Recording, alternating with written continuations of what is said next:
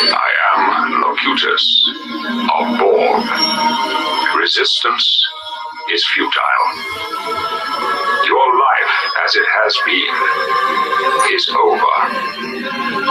From this time forward, you will service us.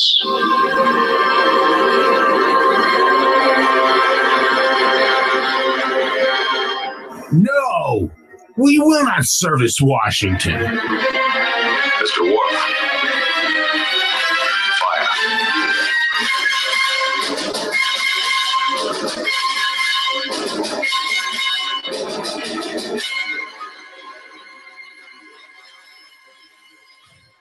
Well, welcome to another thrilling episode of the Renegade and the Rambler show.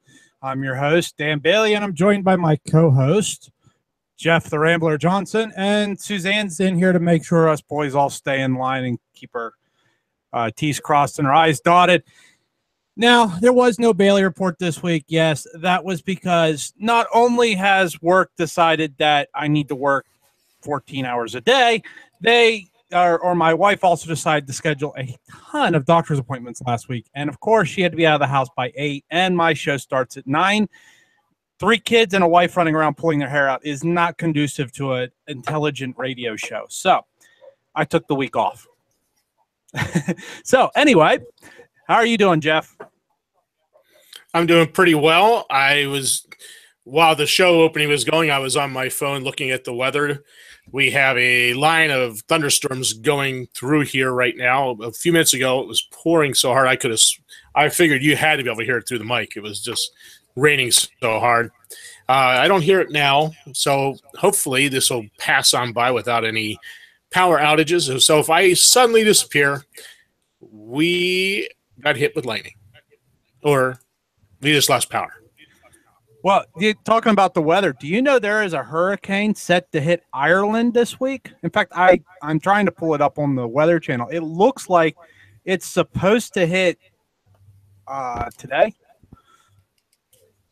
They're calling it a powerful post-tropical cyclone. I did not even know Ireland got hurricanes.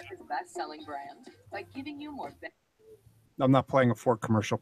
Anyway, yeah, I thought that was interesting. I can't remember Ireland or England ever being hit by a hurricane before. No, I can't either. And quite honestly, I thought that was kind of our forte around here. I know they get what do they call them in the Pacific? They don't call them hurricanes over there. They call them cyclones, or what do they call them? Typhoons. Typhoons over there. So, but they don't seem to get them on the regularity that we get hurricanes in the Caribbean and the Atlantic. No, but a low-grade typhoon is the equivalent of, I believe, a Cat 4 hurricane. So when they do get them, they can level like Singapore in one easy swipe. Well, you brought that up. Why don't we talk about this, but I don't have any stories on it. I just have seen recently a lot of reports. For a while there, the media was all claiming Donald wasn't doing anything for Puerto Rico. And I have a family friend that is in Puerto Rico now. He's in the Army, and he's there providing aid. So the fact that the people down there are claiming that there's no one down there to help them is just totally and utterly ridiculous. But I have noticed where Donald now is talking about, cutting them off because they're doing nothing for themselves. They're just sitting there waiting for us to pay for everything. So, which doesn't surprise me considering that they're very socialist there. So, and they're just waiting for government to do everything for them. But it was just interesting that now he's talking about cutting them off because they're not doing anything. Did you ever see the pictures from outside of the resort and the hotel areas there in Puerto Rico? No, I really have seen nothing from down there.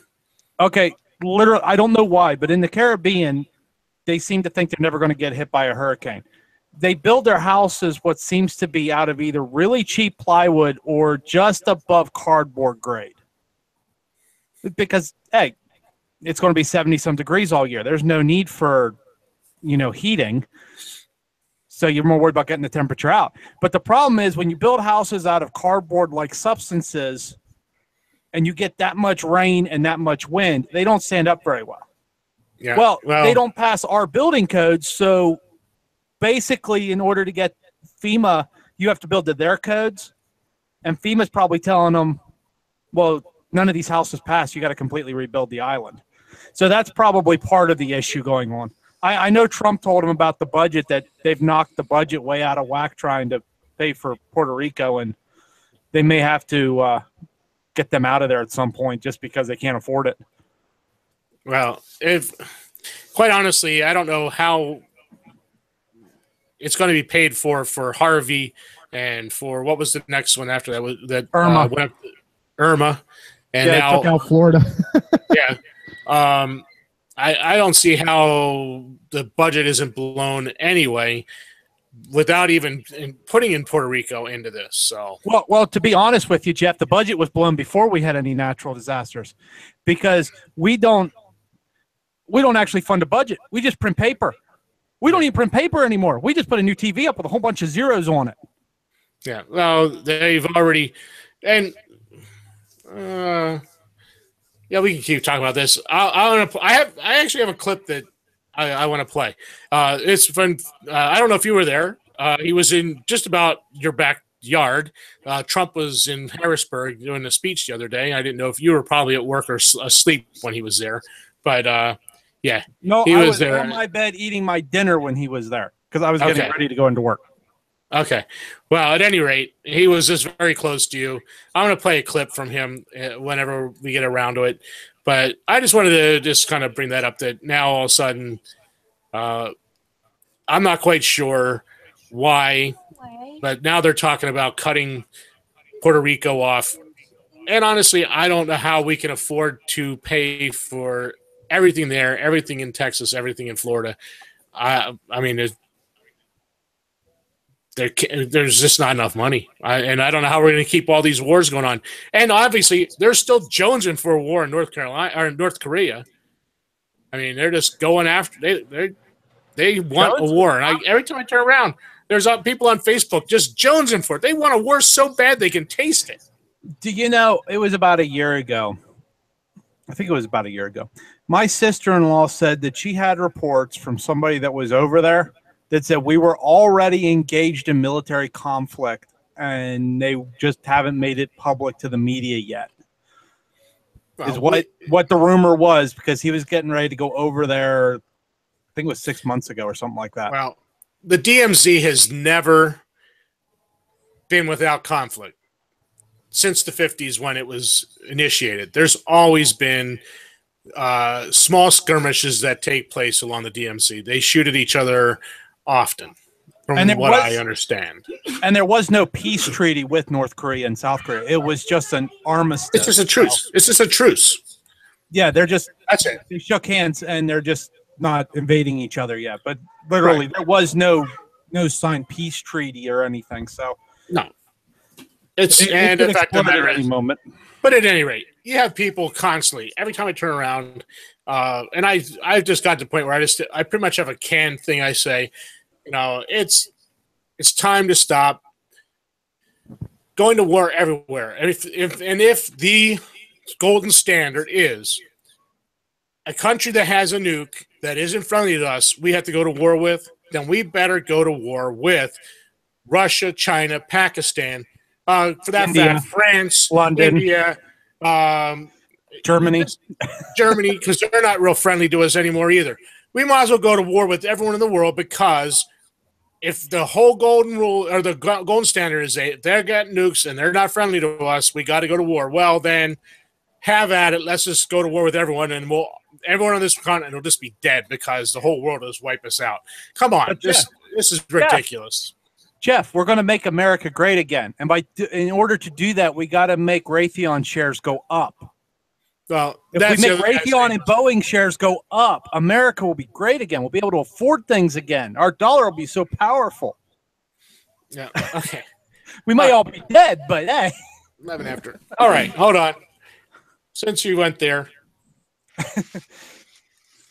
I've ordered every agency across federal government to review and then remove the regulations that destroy your jobs, hamstring your companies, and undermine your ability to compete. My administration is also committed to passing a historic... Okay, I had to interrupt. He's talking about truckers there. And if he really wanted to get rid of the regulation hindering trucking, he gets rid of the EPA. But anyway, I'm a trucker, so I had to interject there. Go ahead, Jeff. Oh yeah. Well, I know you're talking about trucking. He continues on. Is the level pretty good on that, or is it too low? Turn it up just a hair. All right. I've ordered every agency across federal government to review and then remove the regulations that destroy your jobs, hamstring your companies, and undermine your ability to compete. My administration is also committed to passing a historic infrastructure package that will generate $1 trillion to rebuild America's crumbling infrastructure with a special focus on roadways and highways. He has no power. Stop it right there. When, let's see, Bush was in, did they have a highway and a big bailout for highways and infrastructure? Yes. When Obama was in, did they have a big bailout for highways and infrastructure? As I remember, it was close to $1 trillion. Oh, but this one will be over $1 trillion. Now this one's over $1 trillion. And we still haven't rebuilt one damn road in this country. Well, we Sorry are working. Saying the word, but that's just the way it is. We haven't done a darn thing. We've spent trillions of dollars, and we're still spending trillions of dollars and getting nothing for it. So where are they getting all this money? They're borrowing it, printing it, or they're stealing it from us. But Jeff, PennDOT is fixing the roads that didn't need fixing right now. They'll get to your little road out in the middle of nowhere. Trust me, they'll get there. But right now we're working on roads that didn't need fixing. They work just fine. Well, this is a few years ago. They completed up in the north part of Pennsylvania, the 99 corridor. They're already working on that road, fixing roads, paving again. And it's not even 10 years old. New York hasn't even finished 99 yet. Yeah, they have. They finished it up into New York. It's 4 lanes all the way up into New York. Pennsylvania. Or was it Pennsylvania didn't finish? Pennsylvania 147 hasn't finished it because they haven't even finished it by Selinsgrove there yet. Sorry, folks. We're talking local stuff here. So you Pennsylvanians know what we're talking about. All right, let's go back to Trump some more. Hey, I got to chime in for a second. Okay, hold on. I'll stop it. Go ahead. I got to chime in on the road thing, too, because I remember 2015 when I took our trip across the country.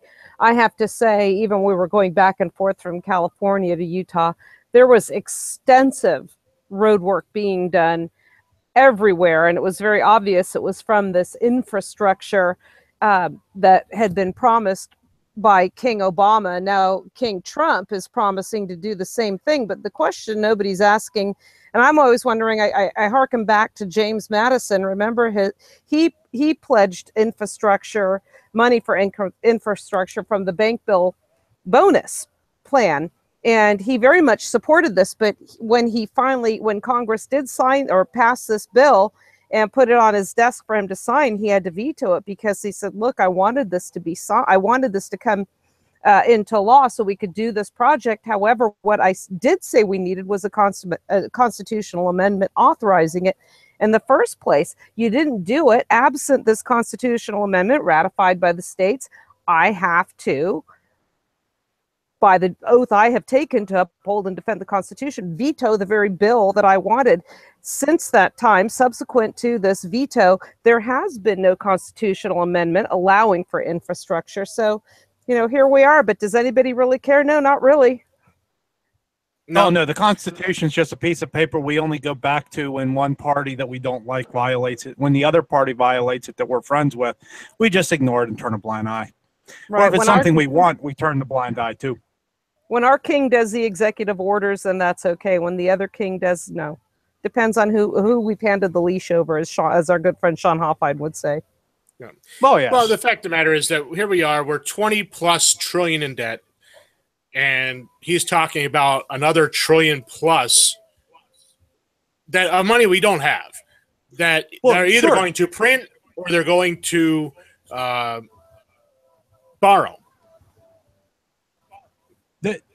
Jeff, there's a mod or a joke that goes around where I work at, and it's called "If it doesn't work," the company, which I shall not name on here because I'll get in trouble probably if I do, but the company that I work for will not only acknowledge that it doesn't work, but they will double down on it not working because it's good for PR, because of what it is. They're dealing with liquid natural gas right now.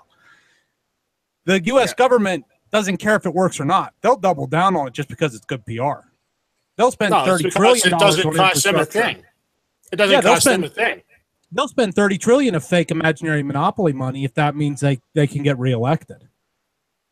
I would have thought Trump would have been immune to this since he wasn't really beholden to anybody that I know of. But apparently, he's been bitten by the tick of the state or the flea of the state, whichever one you want, because it's more of an infestation. Yeah. Well, as we always see too, Candidate X and President X are always two different animals entirely. Oh, yes. Right. Yes. And as a businessman, I thought perhaps he would come in and realize that you can't just print money and you just can't borrow money at will with no option or ability to repay it ever. I figured that as a businessman, he would understand that that's just not going to happen. Well, obviously, but he's probably he surrounded himself with advisors that are relative to the swamps. They're not going to tell him otherwise. They're telling him, well, this is how government works. This is how government's always worked. Yeah. Well, it's just like anything else. He promised us not to be a non-interventionist. What are we doing? We're intervening everywhere. Like I said, he's pretty much said he's going to go to war with North Korea. And as far as I know, he won't get a declaration of war. We didn't have a declaration of war when we went against North Korea in the 50s. We don't need those anymore. You guys remember my show on our old network when he launched those 56 Tomahawks into Syria. I was unhinged. Well, so were we all. No stinking declaration of war. We just do what we want. So like the Godfather. It's just the fact that, if you go online, you see the memes all the time. You got people that are just still worshiping at the ground that Trump is walking on. Yet the fact of the matter is, he is become the establishment that we hate so bad and that so many people dislike so bad. I saw a story earlier. I almost printed it out. I decided, heck, I just don't care anymore. You have some conservative groups somewhere, and who cares who they are, that's upset and wants Mitch McConnell to resign as the majority leader, wants all the leadership in the Senate to resign. It doesn't matter. If they did, we'd get Susan Collins, and who knows? We'd have the next really crappy, next less crappy person in line to take over, and it'd just be the same thing we're in now. No change. Well, and the fact of the matter is, people keep thinking we're going to change Washington. Good luck. It's not changeable. Stop trying. You know how the Queen can go in and dissolve Parliament? Well, see, in America, we believe that the people gave the Senate their rights. So wouldn't it be nice if the people could then just say, yeah, we're done with the government. We're gone. Well, I mean, I know that won't ever work because we can't agree on what side of the road to drive on or how to drive. So, well, in reality, that's precisely what Thomas Jefferson said back in 1776. And unfortunately, today, most people don't believe that we can do the same exact thing today. Somehow, we don't have the same rights as they did then. Well, it's 20 after. I think it's time for a break. This is the Renegade Rambler Show on the Renegade Ramblers Radio Network, 18th Century Ideas for 21st Century Thinkers.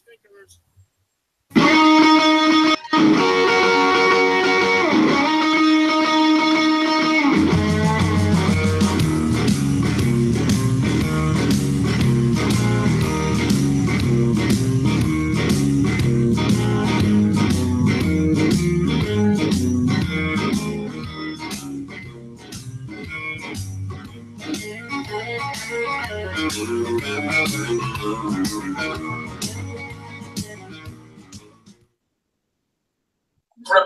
to attack. Prepare to attack on the count of 3. 1, 2, late.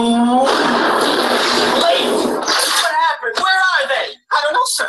They must have hyperjets on that thing. And what do we got on this thing? A Cuisinart? No, sir. We'll find them, catch them. Yes, sir. Prepare ship for light speed. No, light speed is too slow. Light speed too slow? Yes, we're going to have to go right to ludicrous speed. Ludicrous speed? Sir, we've never gone that fast before. I don't know if the ship can take us. What's the matter, Colonel Sanders? Chicken? Prepare ship! Prepare ship for ludicrous speed. Fasten all seatbelts. Seal all entrances and exits. Close all shops in the mall. Cancel the 3-ring circus. Secure all animals in the zoo. Give me that, you petty excuse for an officer. Now hear this. Ludicrous speed. Sir, and you better buckle up. Buckle this. Ludicrous speed. Go!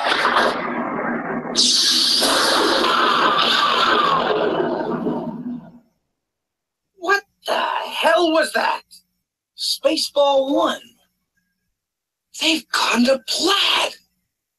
Tired of this illegal and immoral national government running at ludicrous speed? We haven't gone plaid here at Renegade Ramblers Radio. Renegade thinking is always outside of the box.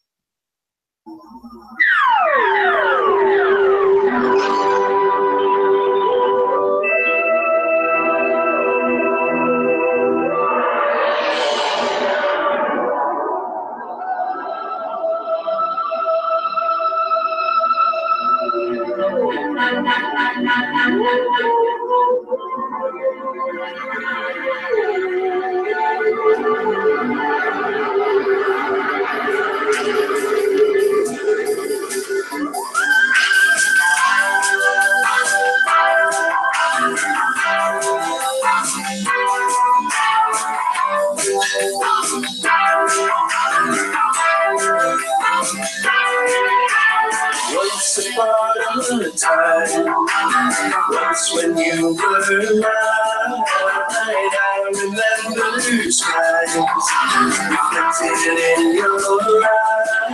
I wonder where you are. I wonder if you think that once upon a time, your wildest dream.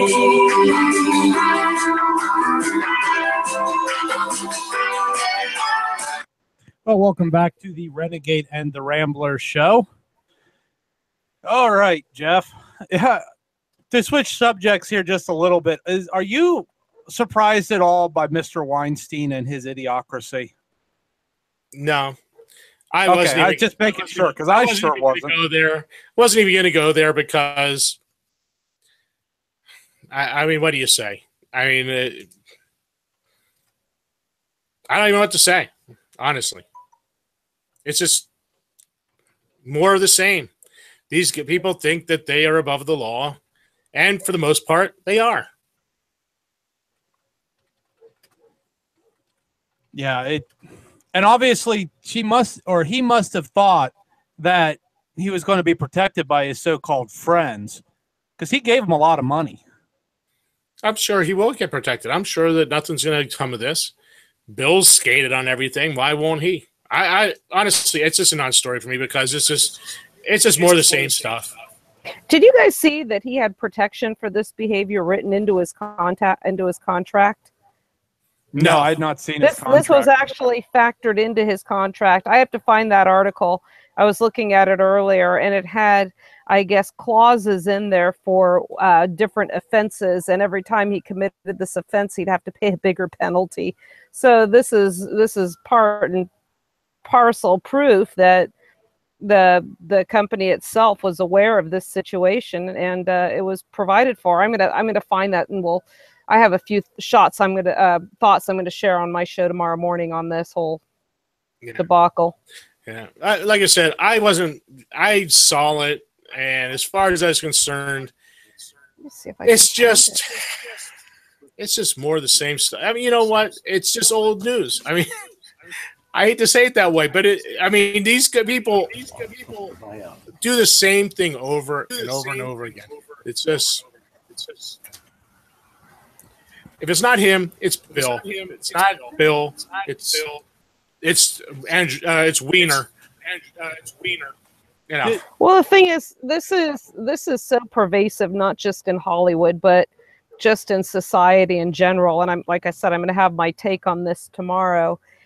My question is the timing, and I think Weinstein's kind of the sacrificial satanic lamb that they're throwing on their contradictory altar of PC correctness, because how are they able to reconcile his behavior while at the same time being a champion of femininity? So it's perplexing to me why all of a sudden there's such an attack on this one guy when everybody's known about it. And I just found the timing a bit coincidental, that the information we were getting from Vegas was turning out to be not very favorable to the left side. And again, we just have another distraction. Yeah, I still think you're going to find out that the FBI is suppressing what they found in that hotel room. Oh, absolutely they are. There are so many contradictions in there. That doesn't make sense. But you know what? None of these shootings do. Aurora didn't make sense. Look at the timing of the Aurora, Colorado shooting. What was going on contemporaneously to that? The United Nations Gun Talk Treaty and Sandy Hook. I mean, I'm not saying it didn't happen, but there are so many unanswered questions and inconsistencies with regards to Sandy Hook. Every one of these turns into a platform of springboarding onto new firearms, anti-gun legislation. And when they start now exploring more as who these people are and the stories behind them, it always looks like it's always turned slanted towards the left side. And I think this guy didn't look like an NRA person. He looked more like a Bernie Sanders and Harvey Weinstein kind of guy. And as soon as that narrative was going that way, all of a sudden nobody's talking about it anymore. We're all talking about some Hollywood pervert. Well, see, what I find suspicious about the Las Vegas deal is it took them, 5 minutes after that guy ran over that group of Antifa protesters to call him a terrorist? Exactly. Only one was killed from that. You have 58 dead people laying on the ground and over almost 500 in hospitals getting wounds treated. But the FBI comes out 30 minutes later and goes, no terrorist attack, nothing to see here. Yeah. It was. How can you say that wasn't a terrorist attack? If I threaten you with a gun, the charge that I will get charged with is a terroristic threat. But if I shoot you, that's not a terrorist threat? I mean, I'm obviously not a lawyer, but I don't follow the logic. Well, he stayed in a Holiday Inn Express. The type of firearm he used, and to have that kind of ratio, kill ratio for that distance as well, doesn't seem to make sense. I was reading also something from a friend of mine who's a Marine infantryman, and he was talking also about if he had fired that many rounds in that enclosed room, he would have been incapacitated just from the smoke, and he would have been vomiting, and for him to keep going like that just doesn't make sense. I'll find that post.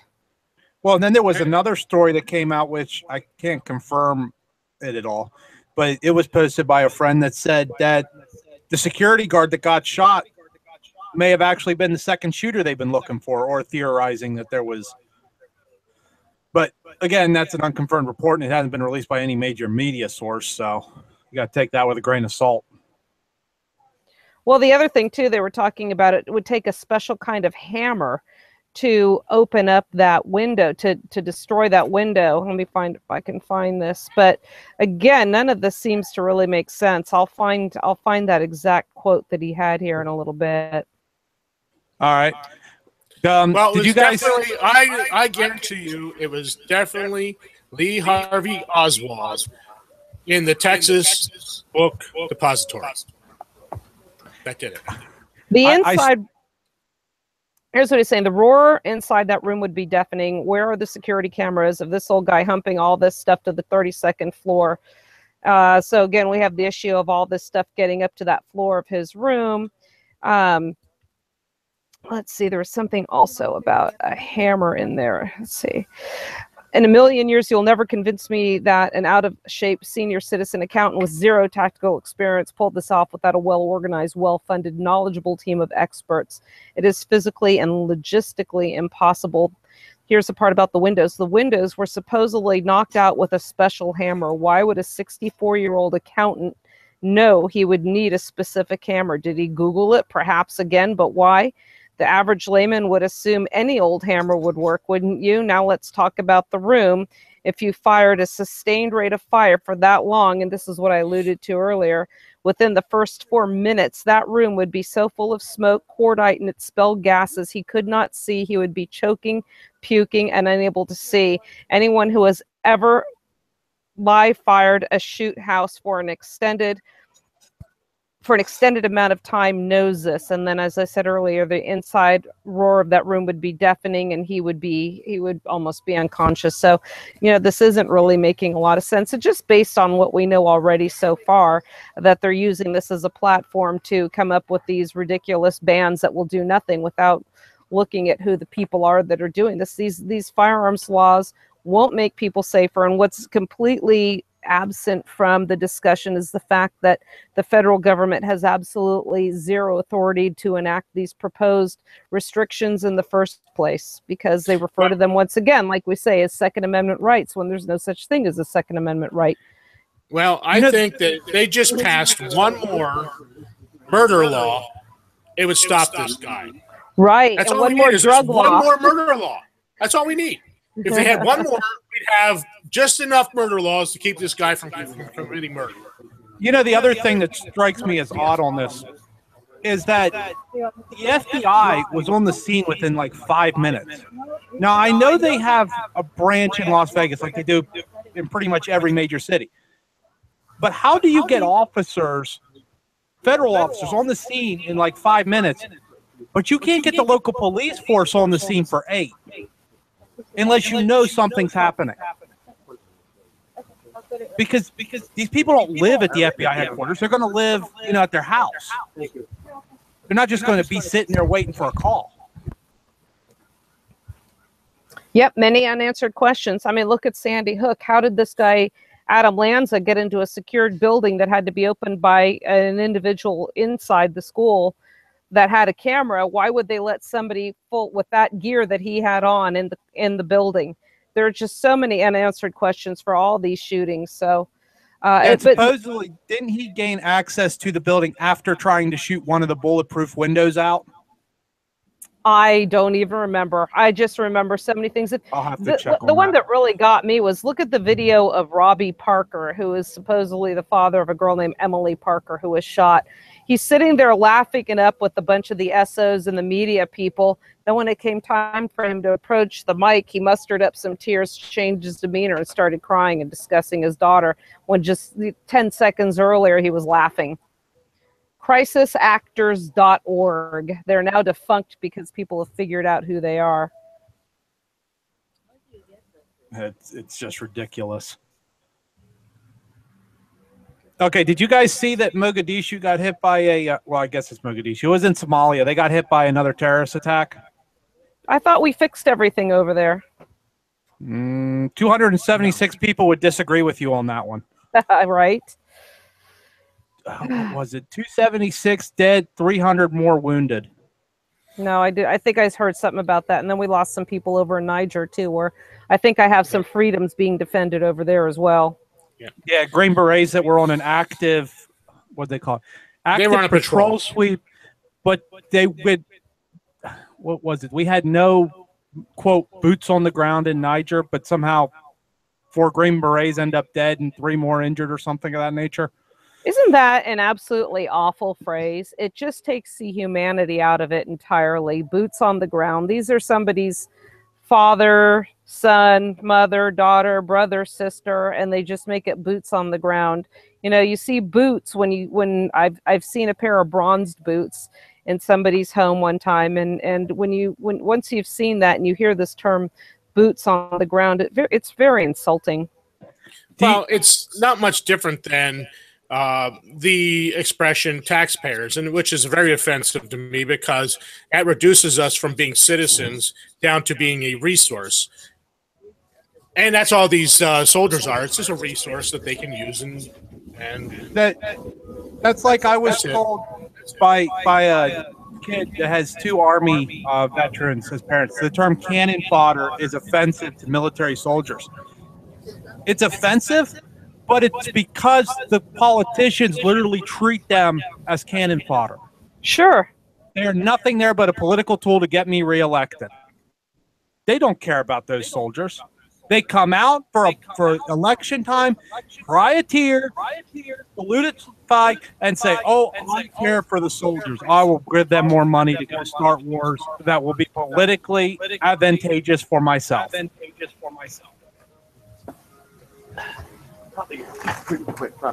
So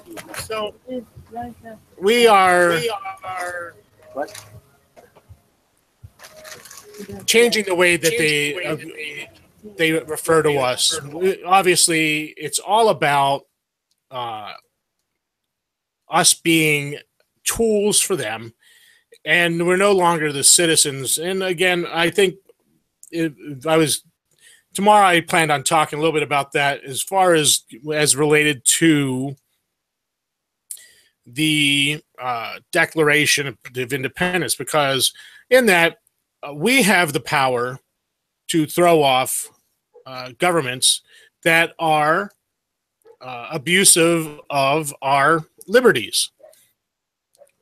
So that doesn't mean that we're boots on the ground or that we're taxpayers. That means we're something greater than just being a resource. That means that we are the citizens, we are the sovereigns. So, and again, it's words have meanings. We have allowed them to make this into something it's not, into where they are in charge and we are just the subjects. And that's one of my biggest problems, even with the pledge, is that only subjects have to swear oaths of loyalty to their government. And as subjects, that's all you're doing is you're pledging your allegiance. You're doing an oath of loyalty to a government, and that makes you a subject. You are not a citizen. You're a subject. Oh, and we do make such great little subjects, such great little tax slaves. Well, it's just someone I know on Facebook made a post about, and it had some imagery on it, and one of the images was the flag, and I said, better watch out.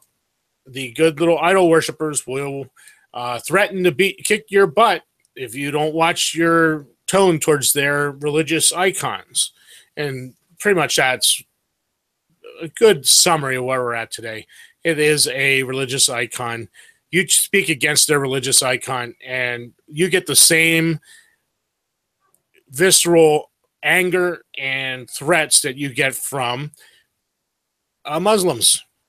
Honestly, if we keep going the way we're going, it's gonna. You can't do it. You can't speak against the government. You can't speak against the flag. You can't not sing the odes to the government. You will be taken care of. Oh, yes. Here's something I just came across. It's a picture. It says the real men of steel.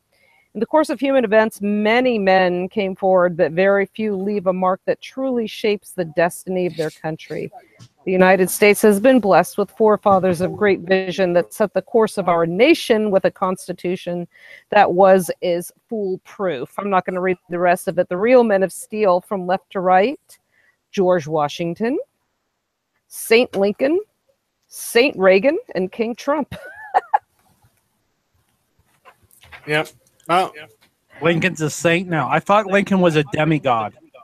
These four men, in my opinion, are the strongest leaders we have ever had. I am comforted knowing that somewhere out across our land are others that will follow, God help us, in their footsteps. Yeah, we need another 3% of our population murdered in the interest of tax collection.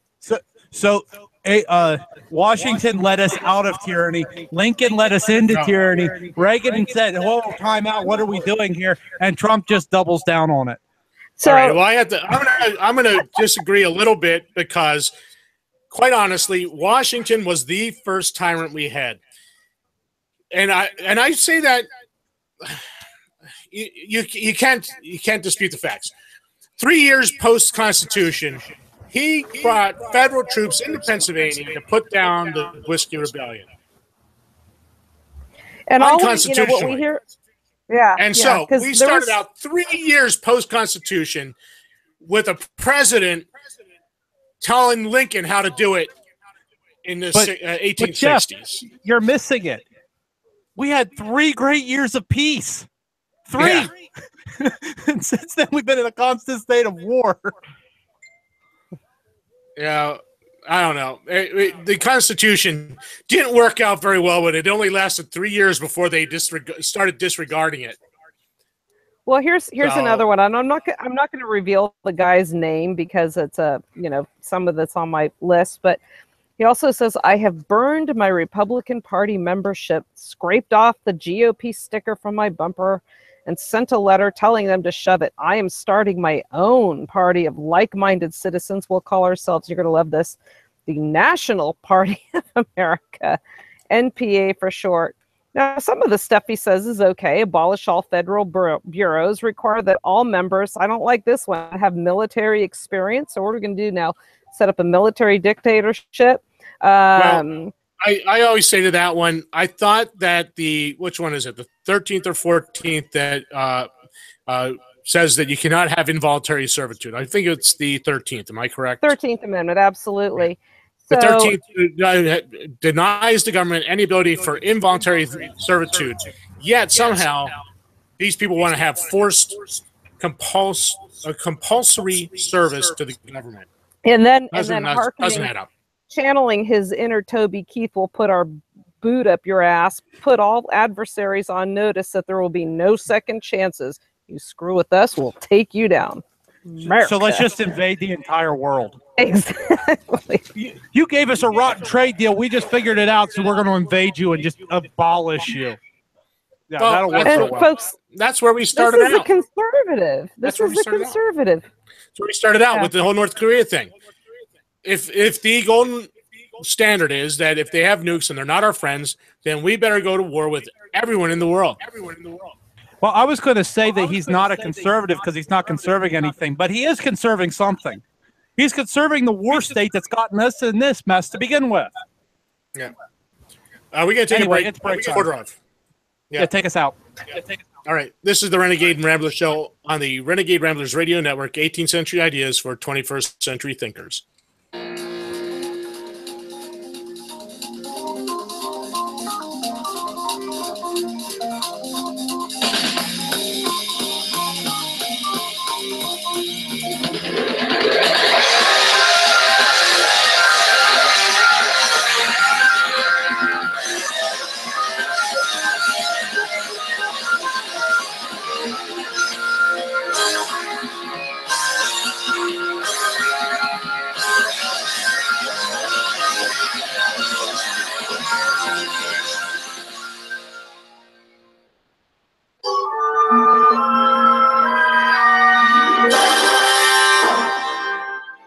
Washington, D.C. You will never find a more wretched hive of scum and villainy.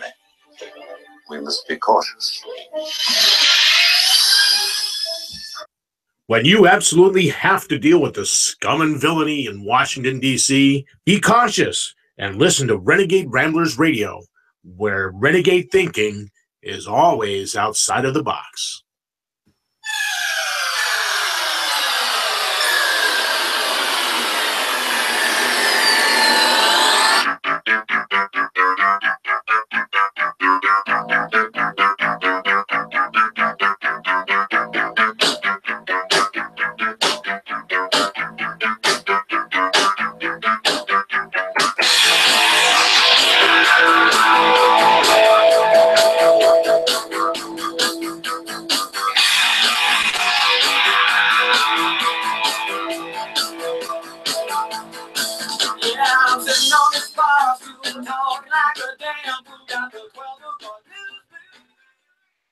Well, welcome back to the Renegade and the Rambler show. Suzanne, what do you got on store for tomorrow?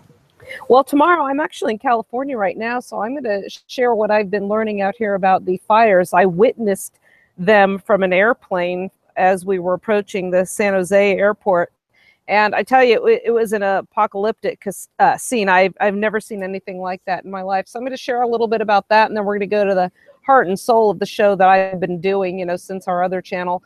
And that is about preparedness. So I'm going to focus on preparing for house fires, wildfires, how to prevent the house fires, and what do you do if you have to get out in an emergency, and then some prepping strategies where, OPSEC is a pretty significant concern among a lot of preppers, but why perhaps we should be sharing our message as I've been doing, and more of us should be doing the same. So I'm going to be following the paradigm shift at 10 a.m. Eastern. I'll just be getting up a little bit earlier on the West Coast time zone, left coast time zone. And I'll be sleeping, because that's what I do best, is sleep. Right. Anyway, we got to get you guys these lights. I can go to red alert status. Oh, there we go. And then I'll be joining Jeff probably for the paradigm shift as well. I like to chime in with him. Yeah, well, I'm not quite sure. Were we just going to do one show at 10? Or are we going to you know what? Why don't we do that? We're both kind of slacking with hunting season and everything else right now. Yeah, hunting season, what's that? Yeah, sorry about that. All right, guys, I'll catch you tomorrow morning. I need to mute that other. Have a nice night, Suzanne. You too. Bye. Oh, she's gone. All right. So anyway, now that she's gone, we got 12 minutes. Let's do this one. What the heck? Let's go there first. WUSA, FBI investigates pipe bomb at Civil War reenactment in Frederick County, Virginia. WUSA 9.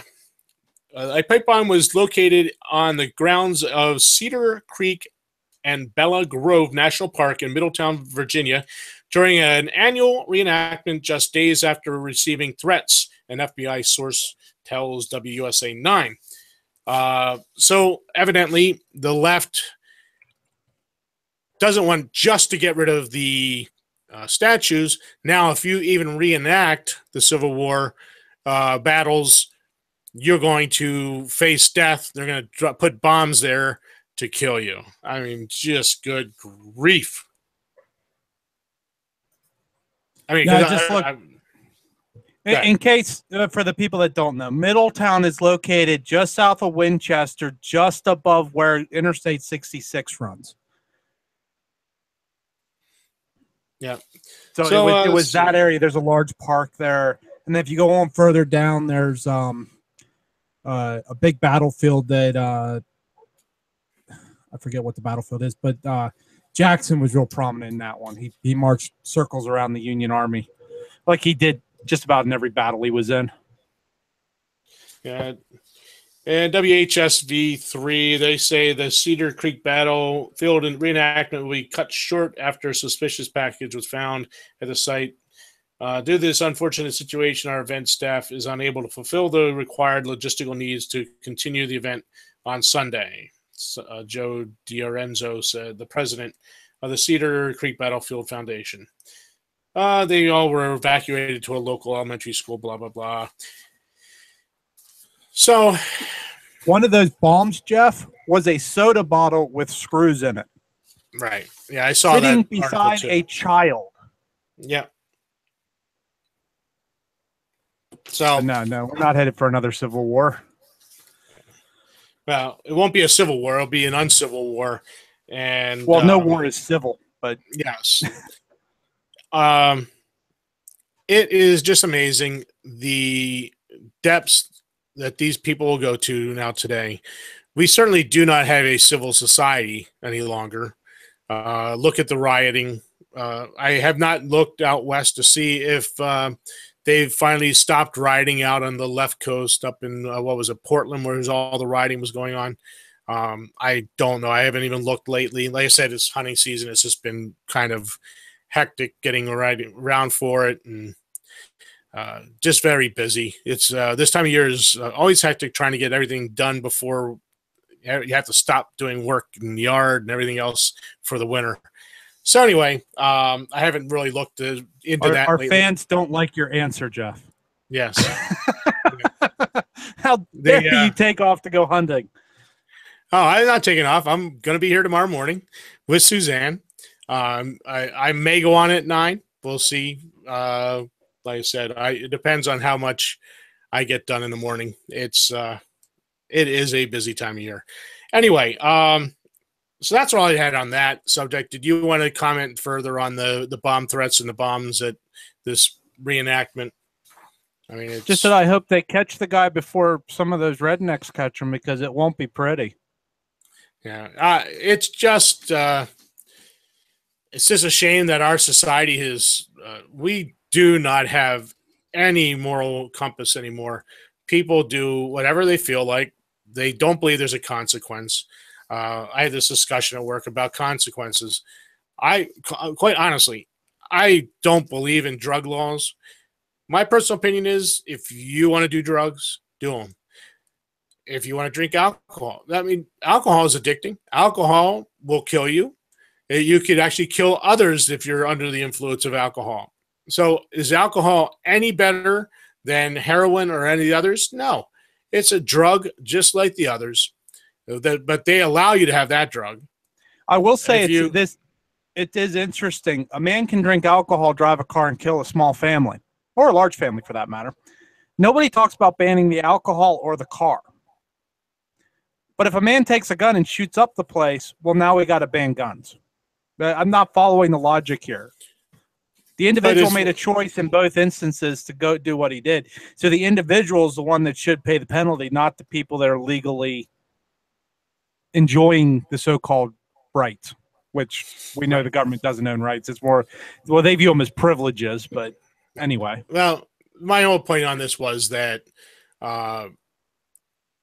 whether it's alcohol or other drugs, we should have a little bit of liberty.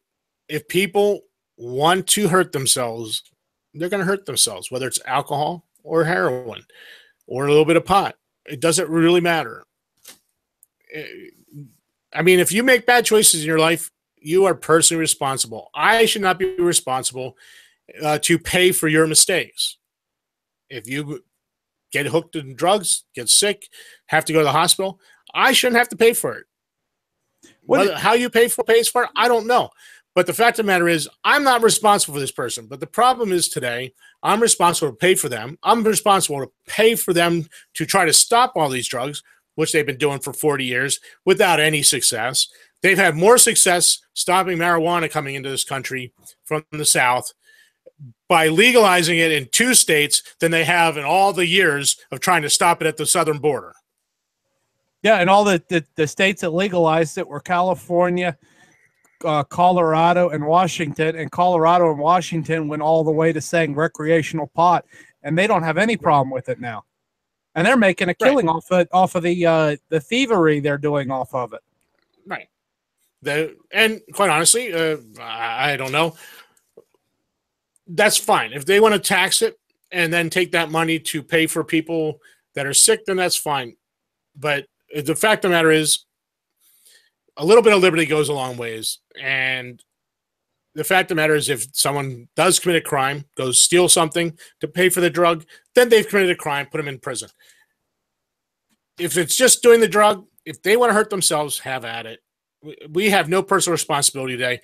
Just like these people planning these bombs, they don't feel personally responsible. They think that they have the right to hurt others. It doesn't matter. No one else has a right. Only they have rights. And that is the problem with the left today. Their rights matter. No one else's does. That's why you have Christians being sued for not baking a cake. They have a right to exercise their religion under most, just about, I'd be willing to bet all 50 state constitutions. Yet, the federal government has voided those constitutions and told people they can't, they don't have a right, because their rights have to be subservient to some gay guy's right, which is not a right. Yeah, it's a choice. I find it very interesting how if you refuse as a baker to bake a cake for a gay wedding, you get sued, your business gets closed up, and you lose your livelihood. If the gay guy, however, refuses to bake you a cake because you're having a straight wedding, well, that's his religious right. I've always found that a little interesting how that works, how it only protects one group of people but doesn't protect anyone else.